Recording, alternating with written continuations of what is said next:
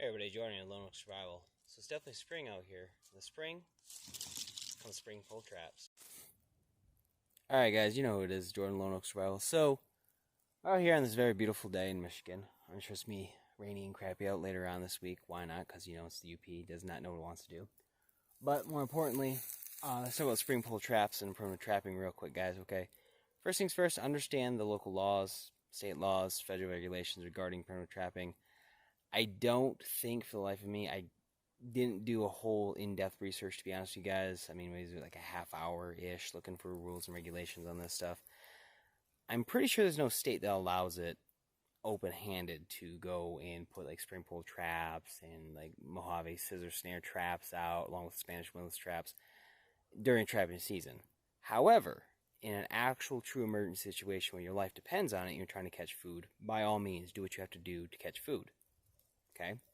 Now, speaking of that as well, when you come up to a sapling, okay, like this, I generally look for something the size of my fingers, okay, from thumb to pinky and in between here. Now, granted, it is experience-based, and I know everybody's hand size is different, but whatever. The thing is this, though, okay? You want to take the tree, you want to lower it down, and you kind of want to see how it forms, you know, pretty lively, pretty good. Pretty springy. Cool. Now, there's two methods to the madness here. You can either cut this at the base down there. Hope you guys can see that. You can cut that at the base down there, and you can plant this wherever you want. However, for argument's sakes and ease of the video, guys, I'm just going to simply pretend there's a trail leading from somewhere around that little fir tree over here and whatever, because honestly, there's rabbits galore out here. But we're just going to make believe here because obviously can't leave this up to catch rabbits. So anyways, for argument's sakes, we're going to do that, guys. I'm going to set the camera down, my little camera stand over here. This is not the best thing in the world, but it works. And I'm going to walk you through the process of how to set one of these things up. Alright folks, so there's not a whole lot to a spring pole trap. I mean, you got your cordage that you're going to be using. I'm just using some 550 cord. This is only a arm length apart cord. It gives you plenty of cordage to mess around with. You're going to need a crossbar. There's really no set length for a crossbar in my mind. It really depends on what you're trying to catch. So size is trapped to the animal you're going to try to catch. And 2 stakes, okay? So these I did a rough measurement from my armpit all the way out to my hand extended. And that's what I got to work with there. So I'm going to kind of cut them to actually a more perfect size. And yes, as always, try to find the most perfect sticks you can in nature, as in the most straightest. Which, I mean, we spent time with wood nose. That's kind of a little oxymoron to say there because, yeah, trying to find a straight stick in the woods. Good luck. Anyways, so, line these up a little bit. I'm going to get rid of this excess down here. Reach my haversack my wife made me. And kind of clean up a bit.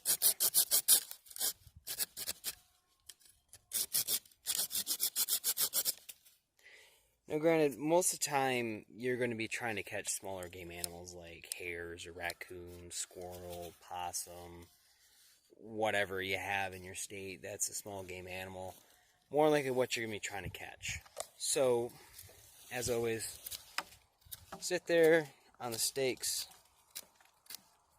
try to get any of the loose ends out, and you just want to do some kind of stake fashion. Be 4-sided, 2-sided, 3-sided, whatever. It doesn't really matter too much. Same thing with this one.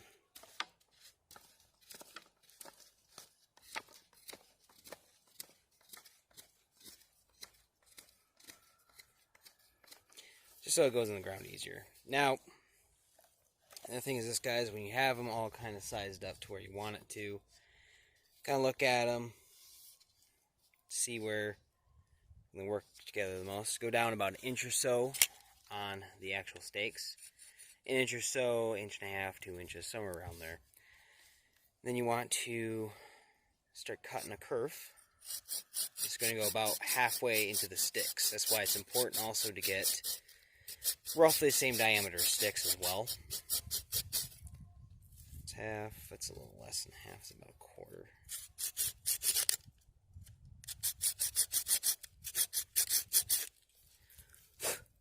because we will be we will be carving 7 notches in them. So we do that and we'll get this all set up for you guys. Alright y'all, so since we got the 7 notches cut into our stakes here, what's next is to attend to the spring pole itself, and we kind of want to see where it's going to line up over our mock trail, which is roughly going to be somewhere around here. So I'm going to take my saw, and unfortunately this tree's got to go. So I'm going to go roughly about here, and there's a nice little bend here in this tree, which you guys can't see that. A nice little bend right here in this tree. I use that to my advantage. And granted, keep your head back, because that's going to fly up. Safety first. Alright, so along with that, you want to inspect your spring pole. You want to get rid of anything that might catch on other trees or bushes or any kind of other obstacles. That will slow down the springing process.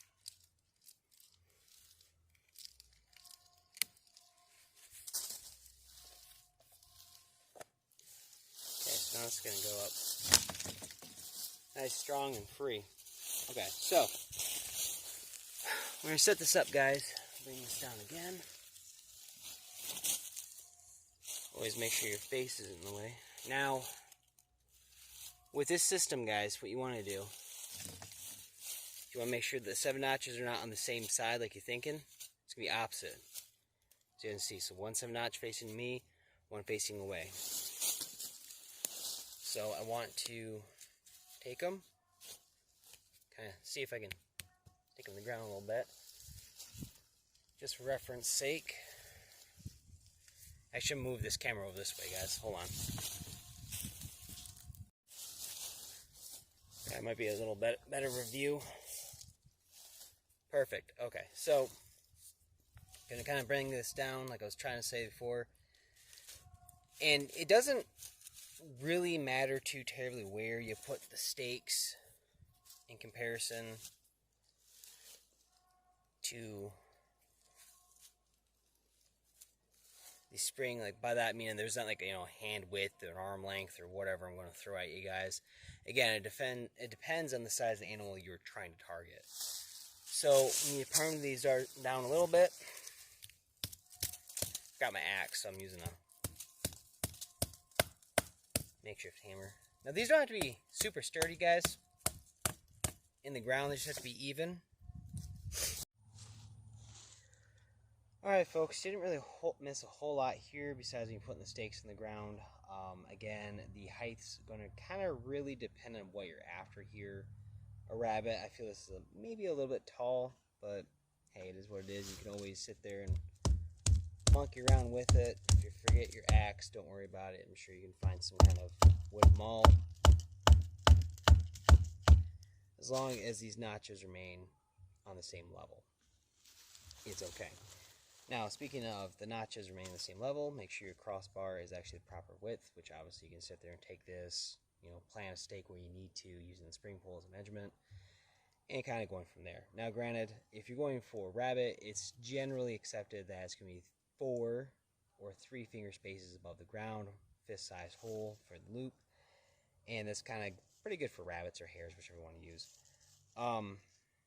Now, word of advice, though, right off the bat, is if you can carry out some wire with you, remember to bring that or not. Generally 30-ish, 35, possibly 40 pounds, depending on what you're trying to trap. That's going to be a pretty good tensile strength for wire, whether it's picture hanger wire, guitar string, trapping wire, whatever you're trying to trap with there, guys. Wire is pretty much better in this situation, 550 cord, excuse me, just for the simple fact that it has memory. It's also worse than 550 cord because it does have memory. So, because if it gets all messed up, mangled, it's not going to really want to go back to the loop. So, that being said, that's why I do have these 2 little support sticks here for the loop. That way I can kind of loosely hang the loop here and it kind of keeps it open. So, guys, in case you guys are wondering about that. So now what I want to do is grab my spring pole, bring that right around here. And I want to just simply, one, keep my face, my eyes away from the actual spring pole itself, because we don't want people getting hurt, obviously. Okay, so that seems like a pretty good height for that, under good tension. So then, just some kind of simple knot, guys, is really all you honestly need for this. You don't need some kind of crazy knot system going on or whatever. Just something quick, easy, and simple. So we can keep it right about there. Again, keep your face and one knot away.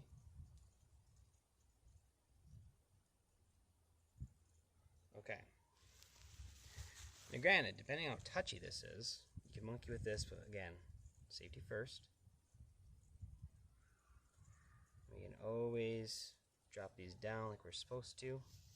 So this is a little too long where I want it to be. Drop her down a bit. And granted, these sticks will serve as a function too as some kind of funneling or blockage, if you will. So the rabbit will go where I want it to go. Okay, so kind of get that one in order there.